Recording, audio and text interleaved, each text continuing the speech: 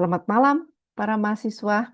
Bertemu lagi dengan saya, Ibu Suryawati, di kelas kita, Pengantar Teologi Sistematika. Oke, semua sehat ya, semua semangat. Ibu akan share screen.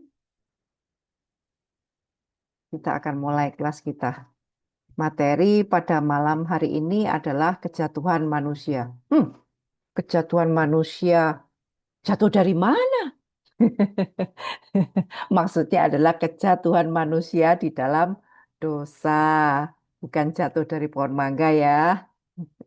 Oke, kita mulai. Kejadian pasal 3 tidak menjabarkan tentang asal mula dosa, melainkan penjelasan tentang masuknya dosa dalam dunia umat manusia. Kejadian pasal 3 menjabarkan suatu peristiwa historis. Adam dan Hawa adalah orang-orang yang ada dalam sejarah yang berdosa kepada Allah dalam ruang dan waktu.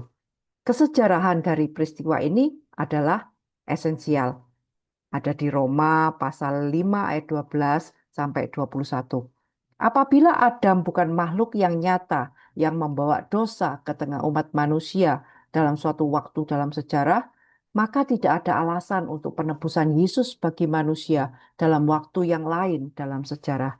Namun demikian, kesaksian Kristus sendiri meneguhkan Kejadian pasal 3 sebagai peristiwa sejarah. Itu ada di Matius 19 ayat 3 sampai 5.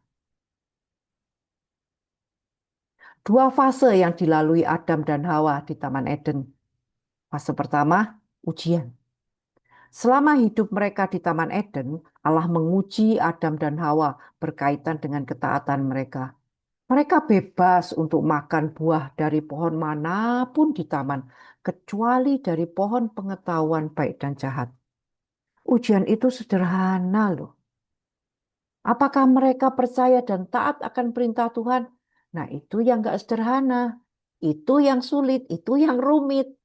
Namun, apa yang terjadi? Ketidaktaatan memiliki akibat yang sangat fatal, yaitu maut, baik secara fisik maupun rohani. Tujuan Allah dalam ujian ini adalah untuk memberikan Adam dan Hawa suatu pengetahuan akan dosa melalui ketaatan tidak memakan buah dari pohon pengetahuan. Mereka sampai kepada pengetahuan akan yang baik dan yang jahat, tapi melalui jalan yang salah, yaitu jalan ketidaktaatan. Yang kedua, pencobaan. Jalan pencobaan terhadap laki-laki dan perempuan melalui ular, Kejadian pasal 3 ayat 1. Namun demikian, pencobaan harus dilihat bahwa datangnya dari setan. Si jahat memberikan inspirasi kepada Kain untuk membunuh Habel, Yohanes 8 ayat 44. Ejekan di Roma 16 ayat 20 mengindikasikan bahwa penghakiman di Kejadian 3 ayat 15 menunjuk pada setan, bukan hanya kepada ular.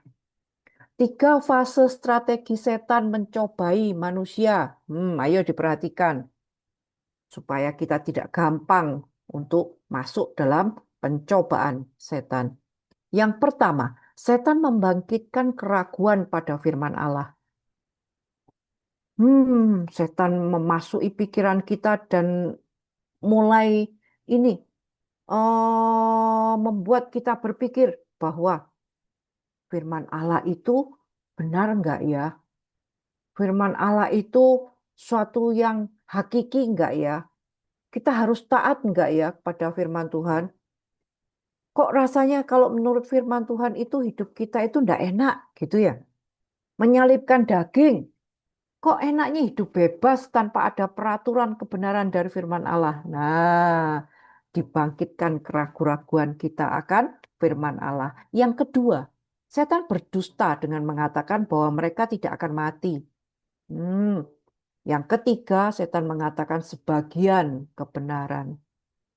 Setan mengatakan bahwa mereka akan seperti Allah, tahu yang baik dan yang jahat. Memang benar, sesudah Adam dan Hawa memakan buah pengetahuan baik dan jahat, mata mereka tercelikkan dan mereka tahu mana yang baik dan yang jahat. Mereka tahu bahwa mereka telanjang, tetapi ular tidak mengatakan tentang apa? Tentang kesakitan, tentang penderitaan, dan kematian yang akan timbul melalui ketidaktaatan mereka.